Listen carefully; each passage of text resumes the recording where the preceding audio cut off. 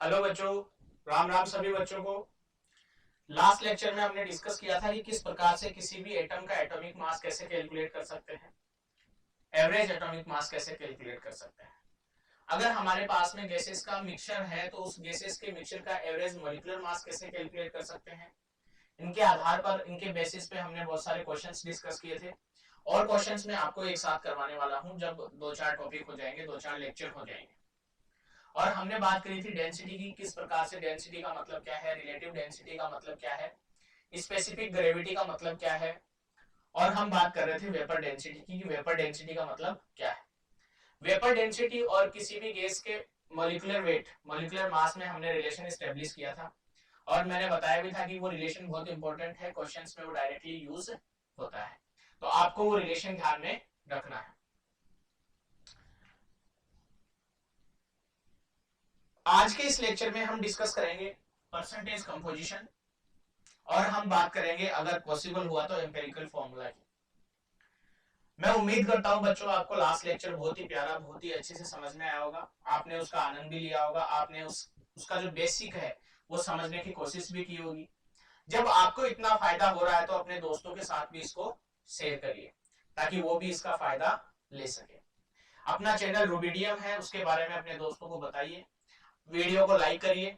जितना वीडियो को आप ज्यादा लाइक करेंगे उतना ही अपने दोस्तों को फायदा पहुंचा पाएंगे।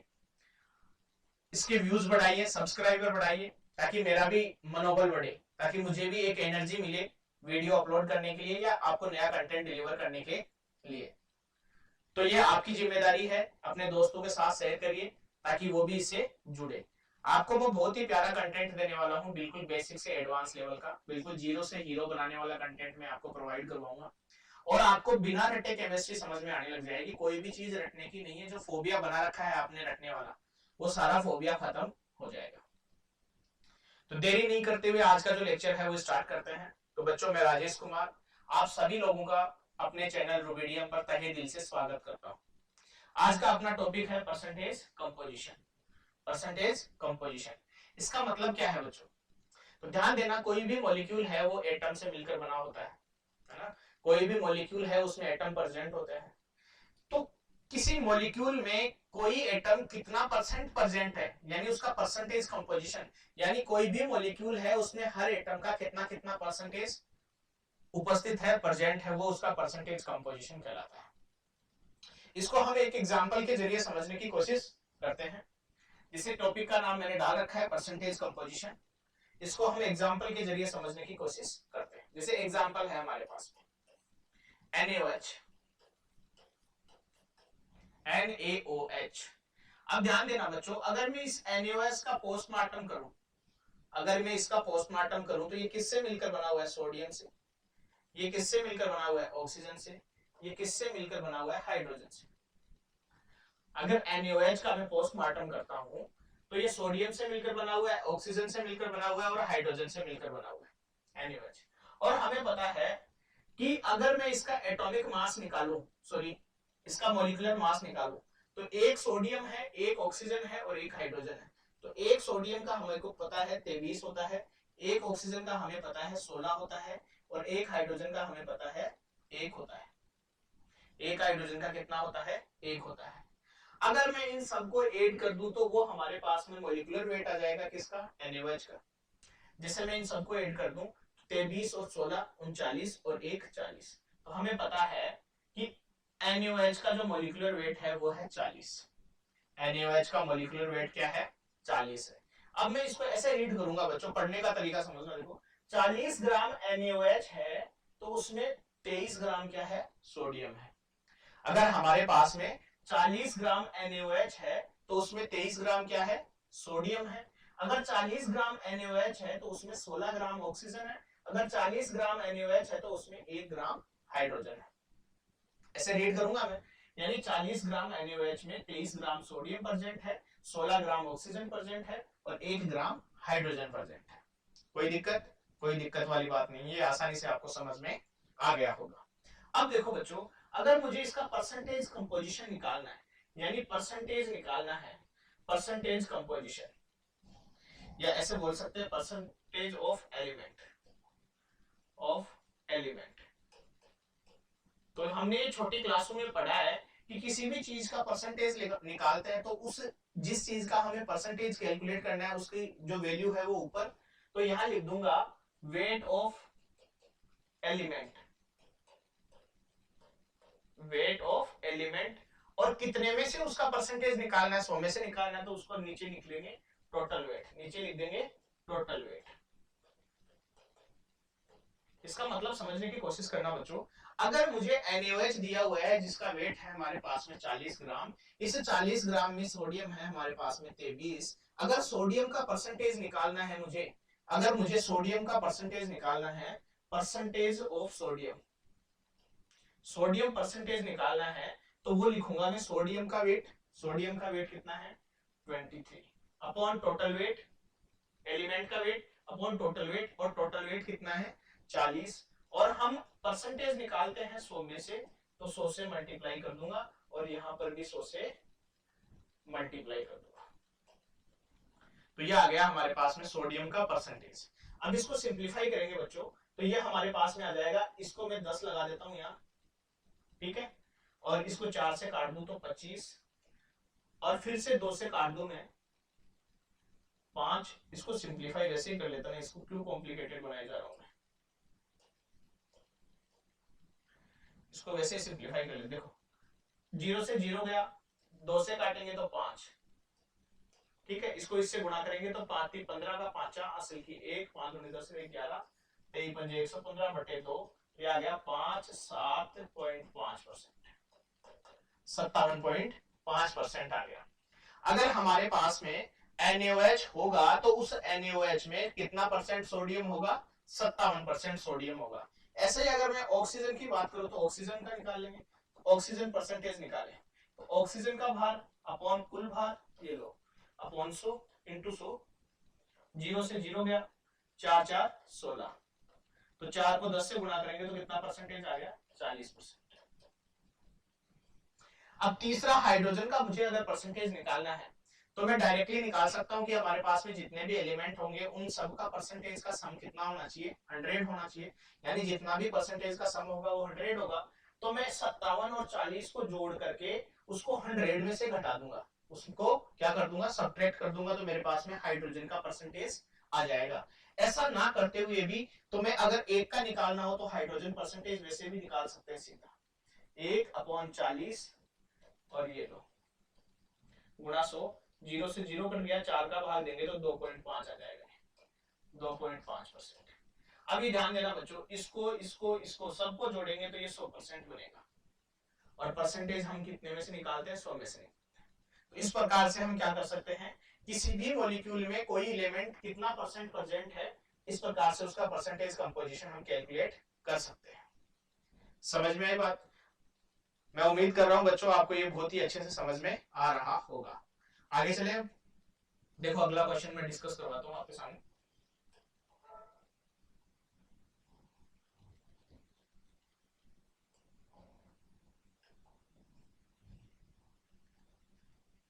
एक सेकेंड, इसका वॉल्यूम डिक्रीज कर देता हूं मैं।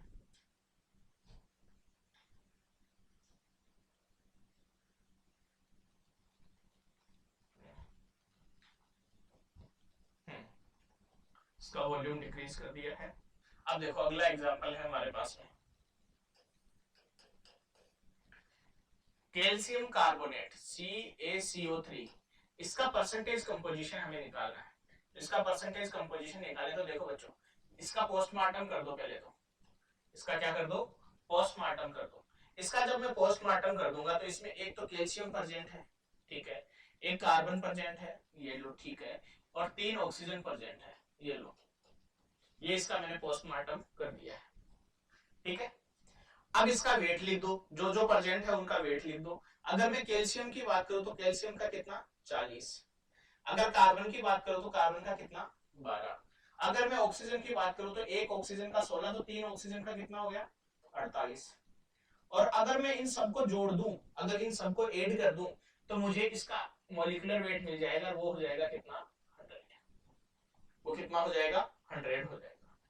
अब मुझे अगर इसका परसेंटेज कंपोजिशन निकालना है, तो परसेंटेज कंपोजिशन निकालने के लिए किसी भी एलिमेंट का परसेंटेज कंपोजिशन निकालना है तो उस एलिमेंट का भार जिसे फॉर्मूला लिखाया था पीछे, वो फॉर्मूला भी याद कर सकते हो। परसेंटेज कैल्शियम, कैल्शियम कितना परसेंटेज है, तो कैल्शियम का भार वो कितना 40, और कितने में से है 100 में से है, ये लो 100, और परसेंटेज का 100, ये लो 100, तो 100 से 100 कट गया, तो हमारे पास में कितना आ गया 40%। यानी ये जो कैल्शियम कार्बोनेट है, इस कैल्शियम कार्बोनेट में कैल्शियम कितना परसेंट है 40% प्रेजेंट है। यानी कैल्शियम कार्बोनेट का कितना भी वेट लेंगे उसमें 40% कौन प्रेजेंट होगा, कैल्शियम प्रेजेंट होगा। दूसरी बात करें हम कार्बन की, कार्बन परसेंटेज या परसेंटेज कार्बन, तो वो हो जाएगा, कार्बन का वेट है 12 है, कितने में से 100 में से, और ये परसेंटेज का 100, तो ये कैंसिल आउट हुआ और ये आ गया हमारे पास में 12%। तो कैल्शियम कार्बोनेट में कितना कार्बन प्रेजेंट है, 12% कार्बन प्रेजेंट है।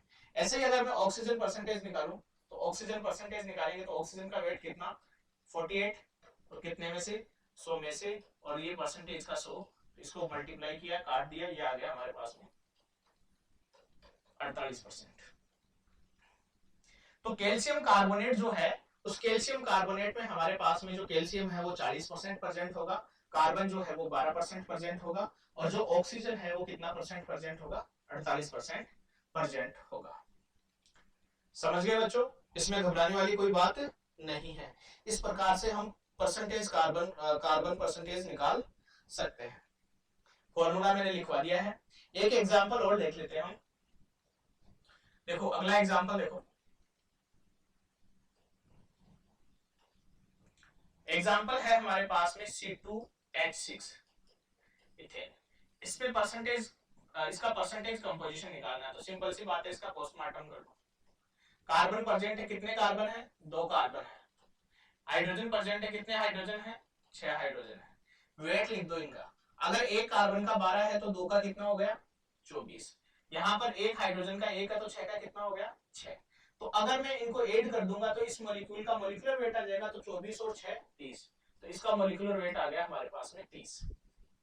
यानी C2H6 जो है उसका मॉलिक्यूलर वेट आ गया हमारे पास में 6। तो अब इनका परसेंटेज कंपोजिशन हमें निकालना है, तो परसेंटेज ऑफ कार्बन वो निकालेंगे, तो कार्बन का वेट कितना है 24, ये लो 24, कितने में से है ये 24 30 में से 24 है, तो परसेंटेज निकालते हैं 100 में से, तो ये लो 100, इसको कैंसिल आउट करेंगे, ये लो 8 24, तो कितना आ गया 80, तो 80% कार्बन प्रेजेंट है। C2H6 में कार्बन का परसेंटेज कितना है 80%। ऐसे ही अगर हाइड्रोजन का परसेंटेज निकालना है, तो परसेंटेज हाइड्रोजन वो हो जाएगा, हाइड्रोजन का वेट कितना 6, कितने में से 30 में से, और गुणा परसेंटेज का 100, तो 6 पंजे 30, 5 20 20 पंजे 100, तो ये आ गया 20%। कितना आ गया 20%। तो C2H6 में जो कार्बन है वो 80% है, और हाइड्रोजन जो है वो 20% है। ये मैंने कैलकुलेशन आपको करके बताई है, हम उसको दूसरे तरीके से भी कर सकते हैं कि अगर मान लो एक का परसेंटेज हमें पता चल जाए, एक का परसेंटेज हमें पता चल जाए, जैसे मान लो ये मिलकर किससे बना हुआ कार्बन और हाइड्रोजन से, अगर मुझे कार्बन का परसेंटेज पता चल जाए तो हमें पता है कि जितने भी एलिमेंट इसमें प्रेजेंट है उन सब का परसेंटेज का सम कितना होना है 100 होना है। तो कार्बन का परसेंटेज अगर मेरे पास में 80% आ गया, तो इसका परसेंटेज कितना हो जाएगा, कैलकुलेशन करने की जरूरत ही नहीं है, 100 में से 80 घटा देना है, 100 में से 80 घटा देना है। 100 में से जैसे ही मैं 80 घटाऊंगा तो इसका परसेंटेज कितना आ जाएगा 20% आ जाएगा। अभी बच्चों मैं आपको बेसिक से पढ़ा रहा हूं, इसलिए मैं एक एक स्टेप आपके सामने सोल्व कर रहा हूं। जब ये टॉपिक कंप्लीट हो जाएगा, टॉपिक कंप्लीट होने के बाद में मैं एक बड़ा सा लेक्चर लूंगा 1.5-2 घंटे का, जिसमें इस पूरे टॉपिक के मतलब मोल कॉन्सेप्ट के पूरे के क्वेश्चंस में कराऊंगा आपको, ठीक है, इस मोल कॉन्सेप्ट के पूरे के क्वेश्चंस में आपको कराऊंगा। तब मैं आपको ट्रिक्स बताऊंगा कि किस प्रकार से चुटकियों में क्वेश्चन को सोल्व करें, डिटेल में लिखने की जरूरत नहीं है। लेकिन अभी तो मैं आपको बेसिक से पढ़ा रहा हूं, इसलिए मैं क्या कर रहा हूं, हर चीज को एलोबरेट करके, हर चीज को फैला करके आपको समझा रहा हूं, ताकि आपके मेथड समझ में आए, ठीक है। उसके बाद में जब हम क्वेश्चन डिस्कस करेंगे लास्ट में, जब चैप्टर कंप्लीट हो जाएगा, तो मैं आपको ऑप्शन से भी ट्रिक बताऊंगा किस प्रकार से कैसे सोल्व कर सकते हैं। जो शॉर्टेस्ट मेथड होते हैं, जो स्मार्ट मेथड होते हैं, उनसे मैं आपको क्वेश्चन करने के तरीके बताऊंगा। तो ऐसे जो अभी कैलकुलेटिव जो पार्ट लग रहे हैं वो चुटकियों में होने लग जाएंगे आपके, समझ गए बात को। तो आपको कोई दिक्कत नहीं आने वाली है, आप बस रूबीडियम चैनल के साथ जुड़े रहिए और अपने दोस्तों को भी इससे जोड़िए, ताकि उनका भी फायदा हो सके। समझ गए बात को। तो मैं उम्मीद करता हूं बच्चों आपको ये परसेंटेज कंपोजिशन समझ में आ गया होगा। अब बात करते हैं हम एम्पेरिकल फॉर्मूला की। अब हम बात करेंगे एम्पेरिकल फॉर्मूला की। एम्पेरिकल फॉर्मूला क्या होता है? जैसे एक होता है हमारे पास में मॉलिक्यूलर फॉर्मूला, एक होता है एम्पेरिकल फॉर्मूला। मॉलिक्यूलर फॉर्मूला और एम्पेरिकल फॉर्मूला में दोनों में डिफरेंस ये है कि जो मॉलिक्यूलर फॉर्मूला होता है उसमें exact number of atoms represent किए हुए होते हैं, exact number of atoms represent किए हुए होते हैं, जबकि एम्पेरिकल फॉर्मूला में उन एटम्स का सिंपलेस्ट रेशियो प्रेजेंट होता है। अभी मैं आपको समझाऊंगा किस प्रकार से हम पहचानेंगे कि ये एम्पेरिकल फॉर्मूला है या मॉलिक्यूलर फॉर्मूला है। देखो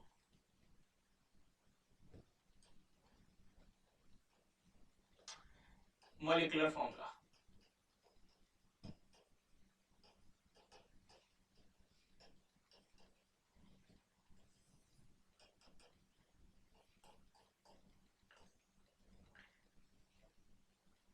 formula the formula in which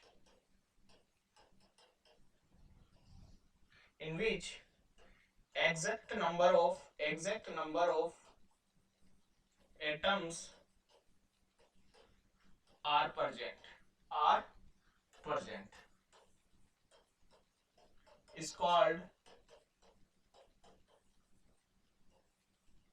called molecular formula, is called molecular formula।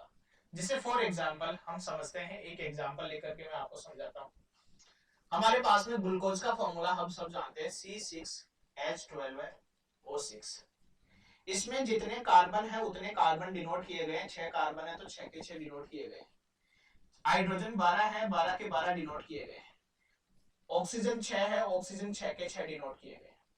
यानी मॉलिक्यूलर फॉर्मूला वो सब्सटेंस होता है या वो स्पीशीज होती है जिसमें कितने एटम प्रेजेंट हैं वो एग्जैक्टली उतने के उतने नंबर डिनोट किए जाते हैं। जबकि एम्पेरिकल फॉर्मूला में क्या होता है, इधर मैं एग्जांपल इसकी पहले तो डेफिनेशन लिख देता हूं। Empirical formula, empirical formula, the formula in which simplest ratio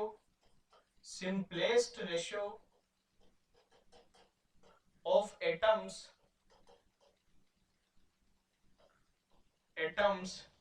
simplest ratio of atoms are present is called empirical formula, is called empirical formula। अब इसको देखो, मैं एग्जांपल बताऊंगा आपको। जिससे मैं ग्लूकोज ले रहा हूं है ना, ग्लूकोज। तो यहां ध्यान देने की बात है, ग्लूकोज C6H12O6 ये इसका फॉर्मूला है। इसमें 6 कार्बन है, 12 हाइड्रोजन है और 6 ऑक्सीजन है। अगर मैं इस रेशियो को सिंपल कर दूं तो 6 से कट जाएगा ये पूरा, ये 6 से कट जाएगा तो ये 1:2:1 हो जाएगा। यानी हमारा जो ये मॉलिक्यूलर फॉर्मूला है, अगर हमें इसको एम्पेरिकल फॉर्मूला में कन्वर्ट करना है तो इन एटम्स का सिंपल रेशियो लेना है, और इन एटम्स का सिंपल रेशियो कितना है, 1:2:1। यानी CH कार्बन 1, हाइड्रोजन 2 और ऑक्सीजन 1। तो ये तो है हमारे पास में मॉलिक्यूलर फॉर्मूला, और ये है हमारे पास में एम्पेरिकल फॉर्मूला। यही दोनों में डिफरेंस है, बस एम्पेरिकल फॉर्मूला और मॉलिक्यूलर फॉर्मूला में यही डिफरेंस है। मॉलिक्यूलर फॉर्मूला जो है वो एग्जैक्ट नंबर ऑफ एटम्स को प्रेजेंट करता है। Molecular formula exact number of atoms को प्रेजेंट करता है, जबकि एम्पेरिकल फॉर्मूला उन एटम्स के सिंपलेस्ट रेशियो को प्रेजेंट करता है। मॉलिक्यूलर फॉर्मूला उन एटम्स के सिंपलेस्ट रेशियो को प्रेजेंट करता है। यह आपको ध्यान में रखना है। तो मैं आपसे उम्मीद करता हूं बच्चों आपको मॉलिक्यूलर फॉर्मूला और एम्पेरिकल फॉर्मूला में क्या डिफरेंस है ये आपको अच्छे से समझ में आ गया होगा। और एक एग्जांपल ग्लूकोज के जरिए मैंने आपको समझाने की कोशिश करी है। अगर ग्लूकोज को एग्जैक्टली मैं ऐसा का ऐसा लिख दूं तो ये तो है मॉलिक्यूलर फॉर्मूला, और इसके एटम्स का अगर मैं सिंपलेस्ट रेशियो ले लूं तो ये है मेरे पास में मॉलिक्यूलर फॉर्मूला। समझ गए बात को? समझ गए? अब आगे चलते हैं। देखो, दो रिलेशन में स्टैब्लिश करूंगा। एक रिलेशन तो ये है कि जैसे C6H12 है O6, इससे अगर ये मॉलिक्यूलर फॉर्मूला है तो इससे एम्पेरिकल फॉर्मूला निकालना हो हमें तो वो क्या हो जाएगा CH2O। अगर मैं इसका वेट निकालूं, इसका वेट निकालूं, इसका वेट निकालूं तो हमें पता है इसका कितना होगा 180। तो ये 180 जो है वो है molecular formula mass, molecular formula mass. ऐसे ही अगर मैं इसका वेट निकालूं, अगर मैं इसका वेट निकालूं तो ध्यान देना 12 कार्बन 1 है, हाइड्रोजन 2 है, ऑक्सीजन 16 है, तो कितने हो गए 14 दूनी 28 और 30। तो ये जो है इसका, ये जो 30 है ये है इसका एम्पेरिकल फॉर्मूला मास। ये क्या है? एम्पेरिकल फॉर्मूला मास, एम्पेरिकल फॉर्मूला मास। अब ध्यान देना बच्चों, अभी पीछे वाली स्लाइड पे हमने किया है कि मॉलिक्यूलर फॉर्मूला कन्वर्ट हो जाता है एम्पेरिकल फॉर्मूला में अगर हम उसका सिंपलेस्ट रेशियो ले लें, यानी अगर उसके मॉलिक्यूलर फॉर्मूला को किसी एक नंबर n से मैं डिवाइड कर दूं, उसका सिंपलेस्ट रेशियो ले लूं, जैसे ये था ना 6:12:6। अगर मैं इसको 6 से काट देता हूं तो ये n ऐसे हो जाता है, तो यानी ये कन्वर्ट हो जाता है ऐसे। इसको देखो ऐसे लिख सकते हैं। अगर मैं इसको 6 से डिवाइड कर दूं, 6 से सिंप्लीफाई कर दूं तो ये ऐसे हो जाता है। तो ये एक फैक्टर आता है, एक नंबर आ जाता है जिसको हम बोलते हैं n। तो इस n की कैलकुलेशन कैसे करेंगे? तो यहां से ध्यान देना, यानी एम्पेरिकल फॉर्मूला जो है, एम्पेरिकल फॉर्मूला से अगर मुझे मॉलिक्यूलर फॉर्मूला निकालना है, एम्पेरिकल फॉर्मूला से मुझे मॉलिक्यूलर फॉर्मूला निकालना है तो कितने नंबर से, किस नंबर से मुझे मल्टीप्लाई करना पड़ेगा? वो n हो जाएगा हमारे पास में, n बराबर molecular formula upon empirical formula. एक रिलेशन तो ये आ जाएगा जो मैं बता चुका हूं। ये अगर मान लो ऐसा कुछ नहीं दिया हुआ, फॉर्मूला हमें नहीं दिया हुआ है, फॉर्मूला हमें नहीं दिया हुआ है और उनका मॉलिक्यूलर वेट, मॉलिक्यूलर फॉर्मूला मास या एम्पेरिकल फॉर्मूला मास दिया हुआ है तो भी हम निकाल सकते हैं। देखो ये यहाँ पर ग्लूकोज था, ये मॉलिक्यूलर फॉर्मूला 180 और इसमें 30 का डिवाइड कर देंगे तो क्या आ जाएगा 6 आ जाएगा।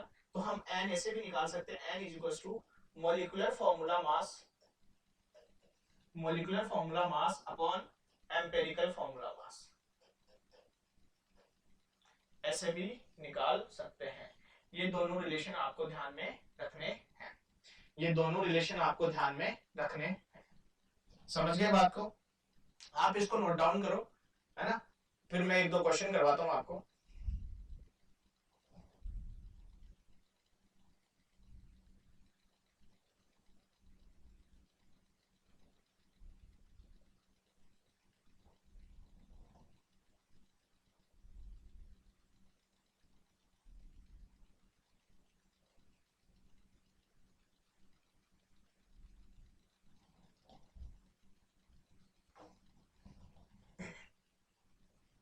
देखो क्वेश्चन करवाते हैं, क्वेश्चन करते हैं। पर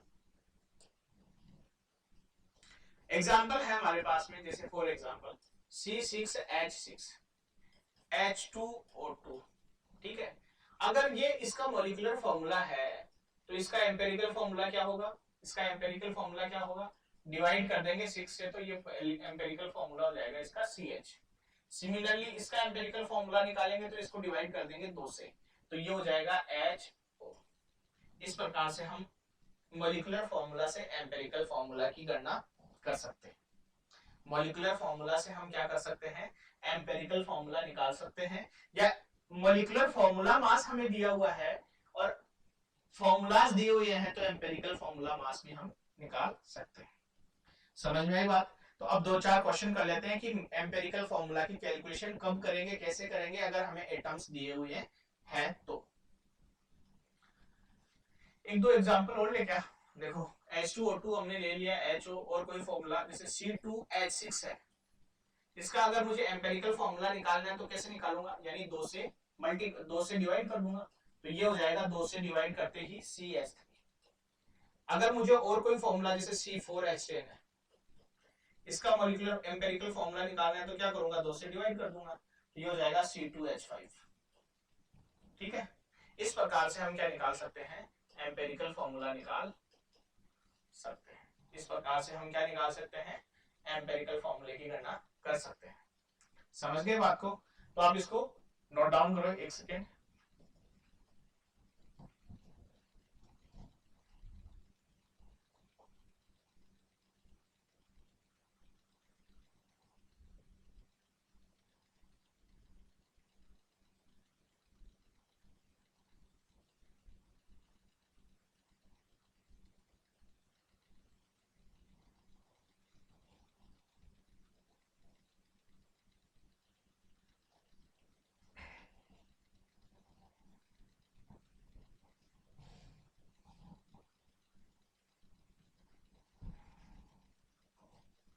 अब बात करते हैं, देखो अब बात करते हैं किस प्रकार से हम मूलानुपाती सूत्र यानी एम्पिरिकल फॉर्मूला की गणना करेंगे।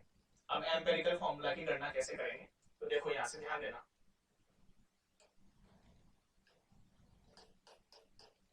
कैलकुलेशन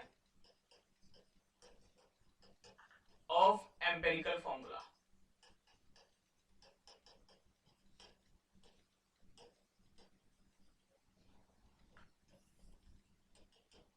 अब मान लो हमारे को 3 एटम दिए गए हैं, 3 एटम दिए गए हैं,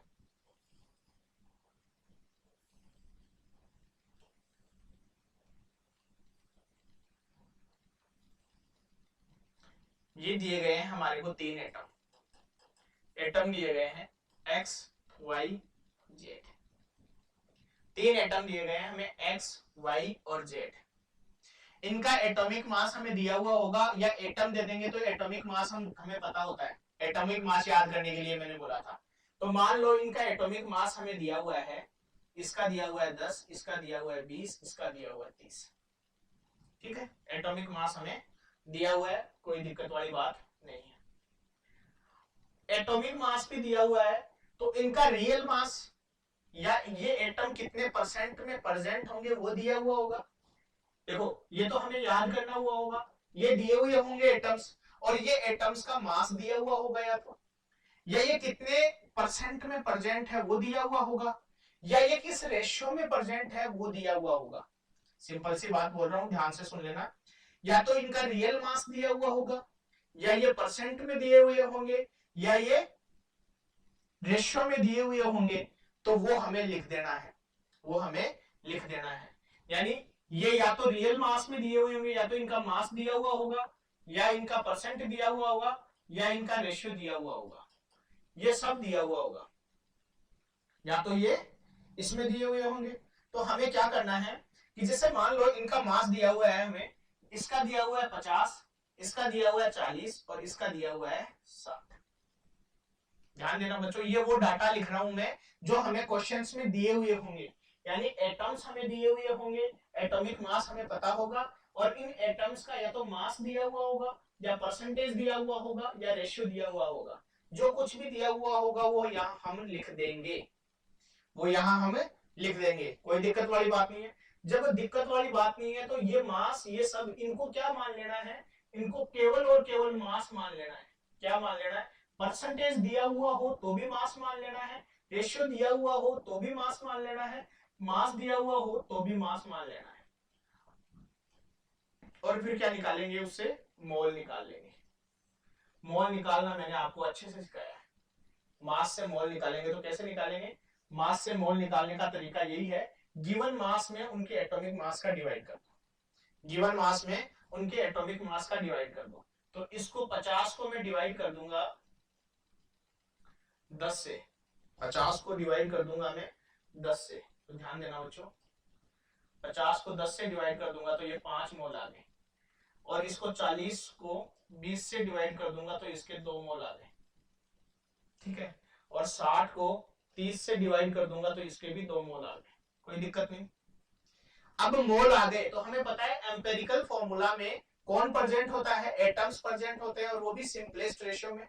तो मोल आ गए तो मोल से नंबर ऑफ एटम्स निकाल सकते हैं, number of atoms, number of atoms निकाल सकते हैं, इन एटम की संख्या निकाल सकते हैं हम, बिल्कुल निकाल सकते हैं। कैसे, मोल को Na से मल्टीप्लाई करके, तो 5Na हो गया, इसका 2Na हो गया, इसका 2Na हो गया। अब इनका सिंपलेस्ट रेशियो लेना है, सिंपलेस्ट रेशियो लेना है, तो इनका रेशियो लेंगे तो Na से Na कट गया, तो इनका रेशियो आ गया हमारे पास में, सिंपलेस्ट रेशियो आ गया 5:2:2। तो मोटी मोटी बात हमारे पास में यहां से यही निकल के आती है कि अगर हमें मोल का रेशियो पता चल जाए तो इसके रेशियो की इसकी जरूरत नहीं है, हमें ये लिखने की जरूरत नहीं है, क्योंकि हमें ये कैंसिल आउट हो जाएगा, क्योंकि एक कॉमन नंबर Na से ही मल्टीप्लाई करेंगे जो कैंसिल आउट हो जाएगा। तो हमारे पास में जो एटम्स हमने माने थे X Y Z, X Y और जेड, उनका रेशियो आ गया हमारे पास में 5:2:2। तो हमारे पास में एम्पेरिकल फॉर्मूला हो जाएगा x5 y2 और z। इस प्रकार से हम एम्पेरिकल फॉर्मूला की कैलकुलेशन करते हैं, इस प्रकार से हम एम्पेरिकल फॉर्मूला की कैलकुलेशन करते हैं। मैं उम्मीद करता हूं बच्चों आपको ये समझ में आया होगा।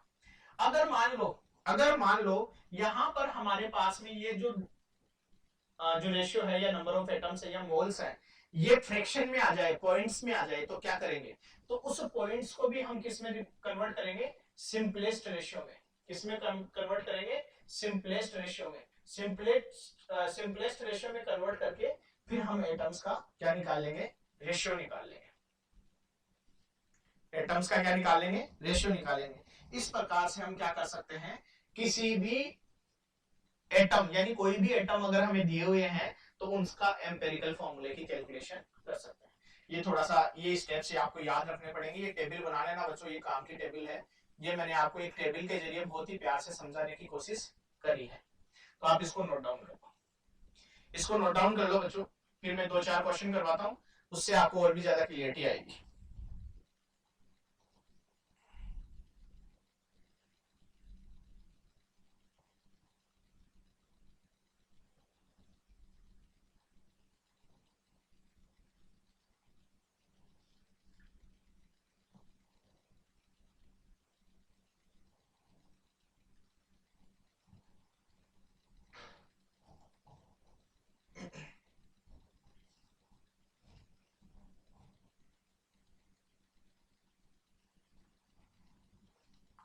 आपने नोट डाउन कर लिया, आगे चले। क्वेश्चन देखो, क्वेश्चन करते हैं तो आपको क्लियरिटी आएगी। क्वेश्चन है हमारे पास में, example, a metal oxide, metal oxide contains 40% oxygen and atomic mass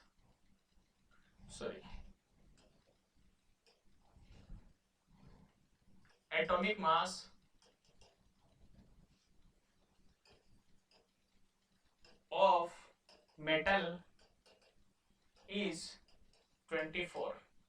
Find formula, empirical formula of metal oxide. Metal oxide का एम्पिरिकल फॉर्मूला हमें बताना है। तो देखो बच्चों, हमें पता है कि मेटल ऑक्साइड दिया हुआ है तो उसमें एक तो मेटल प्रेजेंट है और एक ऑक्सीजन प्रेजेंट है। मेटल ऑक्साइड जो दिया हुआ है उसमें एक तो मेटल प्रेजेंट है और एक ऑक्सीजन प्रेजेंट है।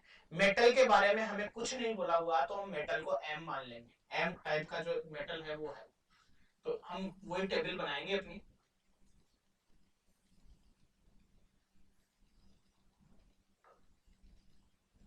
अपनी टेबल बनाएंगे। तो ये एटम, ये मेटल, ये ऑक्सीजन।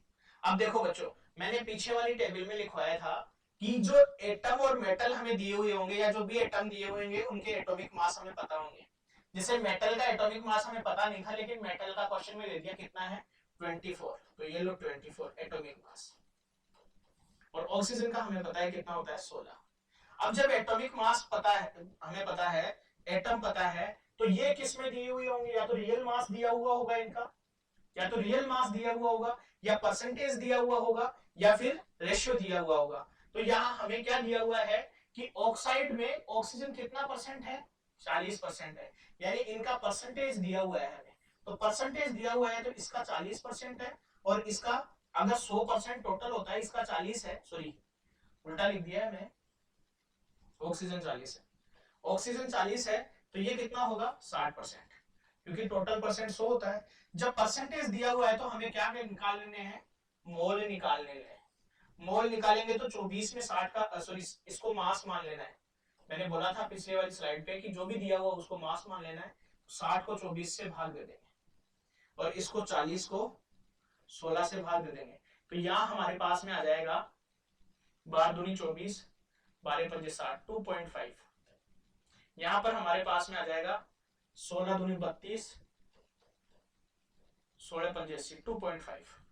ये भी 2.5 आ गया, ये भी 2.5 आ गया। ध्यान देना बच्चों, अब अगर हमें एटम्स निकालने हैं, एटम्स निकालने हैं तो 2.5 Na से मल्टीप्लाई कर देंगे, 2.5 Na।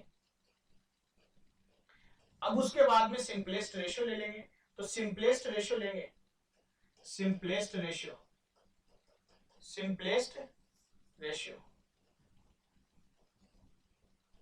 तो सिंपलेस्ट रेशियो लेंगे तो देखो बच्चों ये भी इससे कट जाएगा पूरा का पूरा, ये पूरा का पूरा कट जाएगा, तो 1:1 आ गया। यानी हमारे पास में मेटल और ऑक्सीजन का जो रेशियो है वो 1:1:1 है। यानी हमारा फॉर्मूला जो हो जाएगा, एम्पेरिकल फॉर्मूला, वो हो जाएगा MO। तो यहाँ पर जो मेटल ऑक्साइड है उस मेटल ऑक्साइड का एम्पेरिकल फॉर्मूला है हमारे पास में MO, जिसमें एक ऑक्सीजन, एम्पेरिकल फॉर्मूला की बात करें तो इनके ऑक्सीजन और मेटल का रेशियो कितना है, 1:1 है। समझ गए बात को? तो मैं उम्मीद करता हूं आपको ये समझ में आया होगा। आप इसको नोट डाउन कर लो, एक क्वेश्चन और करेंगे, उससे और आपको क्लियरिटी आएगी।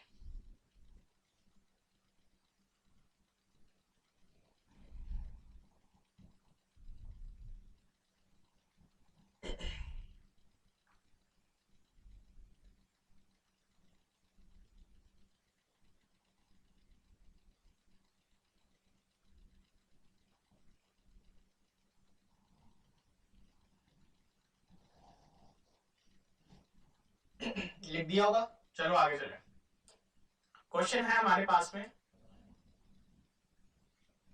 एक यौगिक में कार्बन और हाइड्रोजन और ऑक्सीजन प्रेजेंट है, कार्बन, हाइड्रोजन और ऑक्सीजन प्रेजेंट है। अब ध्यान देना बच्चों,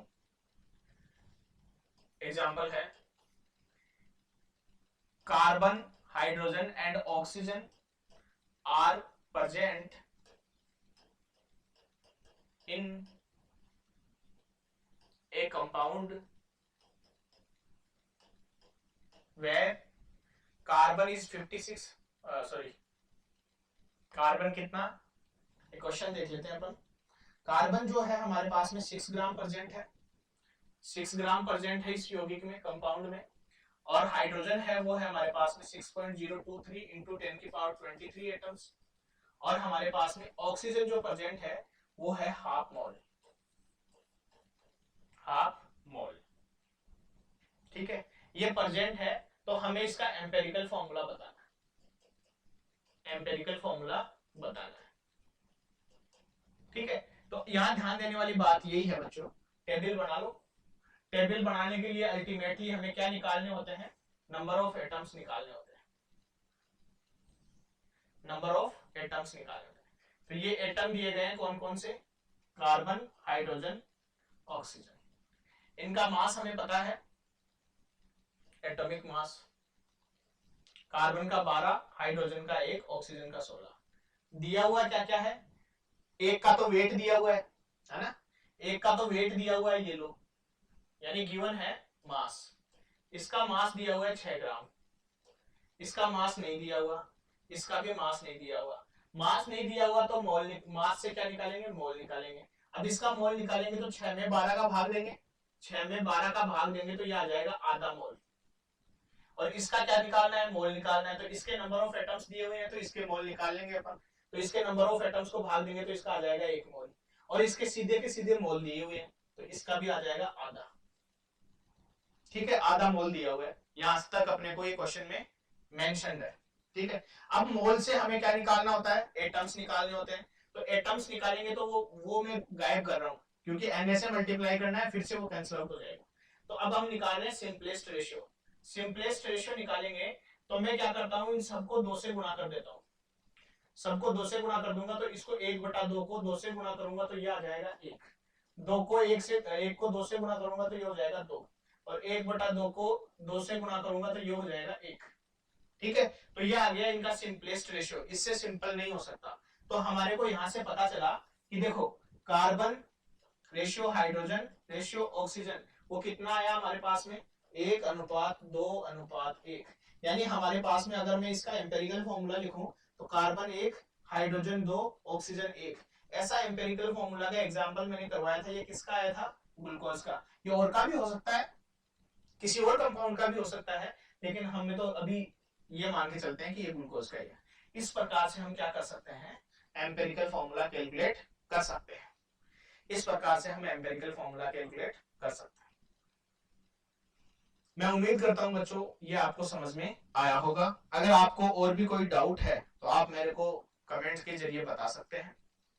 जब ये टॉपिक कंप्लीट हो जाएगा, यानी मैं स्टोइकियोमेट्री में एंट्री करने से पहले बाकी का जो बचा हुआ है पीछे का छोटे छोटे टॉपिक वो सारे कंप्लीट कराना चाहता हूँ। जब हम स्टोइकियोमेट्री में एंट्री करेंगे तो स्टोइकियोमेट्री से ये जो टॉपिक करवाए हैं, जैसे कल करवाया था मैंने average atomic mass, average molecular mass, vapour density, उस पे आज करवाया है मैंने जैसे परसेंटेज कंपोजिशन और एम्पेरिकल फॉर्मूला। इन पे इनके आधार पर या इनके बेसिस पे जो भी क्वेश्चन बनते हैं 15-20 क्वेश्चन हम और डिस्कस करेंगे स्टोइकियोमेट्री से पहले। ठीक है, स्टोइकियोमेट्री से पहले मैं बैलेंसिंग ऑफ रिएक्शन भी आपको बताने वाला हूँ, या ऐसे कर लेंगे, पहले क्वेश्चन कर लेंगे फिर बैलेंसिंग ऑफ रिएक्शन कर लेंगे, तो आपको और भी क्लियरिटी आएगी। लेकिन आप साथ साथ पढ़ते रहना बच्चों, जब आप साथ साथ रिविजन नहीं करोगे तो समस्या ही समस्या है, फिर उसका कोई समाधान अपने पास में नहीं है। इसलिए आप साथ साथ पढ़ते रहो। समझ गए बात को? तो आज का लेक्चर हम यही स्टॉप करेंगे, लेकिन आपको क्या करना है, अपने दोस्तों के साथ इस चैनल रूबिडियम को शेयर करना है ताकि वो भी इसका फायदा ले सके। और बहुत ही बेसिक से हम चल रहे हैं, बहुत ही एडवांस तक अपन चलेंगे। बहुत ही प्यारा कंटेंट आप पढ़ रहे हैं, बहुत ही खूबसूरत, बहुत ही सुंदर कंटेंट आप पढ़ रहे हैं। तो अपने चैनल रूबिडियम से जुड़े रहिए और अपने दोस्तों के साथ भी शेयर करिए, उनको भी जोड़िए ताकि उनका भी फायदा हो सके। आज का लेक्चर हम यही स्टॉप करेंगे जिसमें हमने डिस्कस किया परसेंटेज कंपोजिशन, एम्पेरिकल फॉर्मूला। ठीक है, और एग्जांपल्स के जरिए मैंने आपको समझाने की कोशिश भी की है, और क्वेश्चन डिस्कस करेंगे तब आपके सामने और भी बहुत सारी चीजें क्लियर होगी। आज का लेक्चर यही करेंगे खत्म। ठीक है बच्चों, धन्यवाद, राम राम।